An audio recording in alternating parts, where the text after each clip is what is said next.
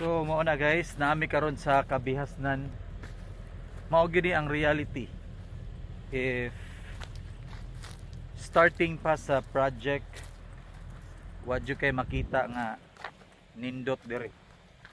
So we are doing a clearing operation para sa building footprint.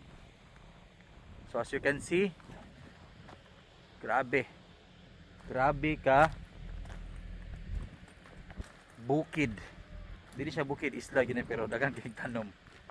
So we are doing a clearing operation for the building footprint, and after that, together with me, ang amuang survey team nagkuha og reference point dito para ilabay pa dong diri para masakto ang location sa future building.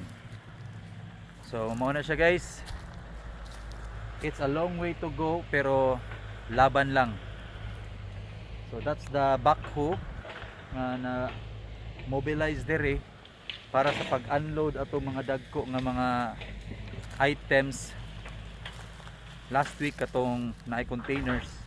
So karon akong gi-utilize for the clearing operation. So that's it for now. I'll see you on my next vlog.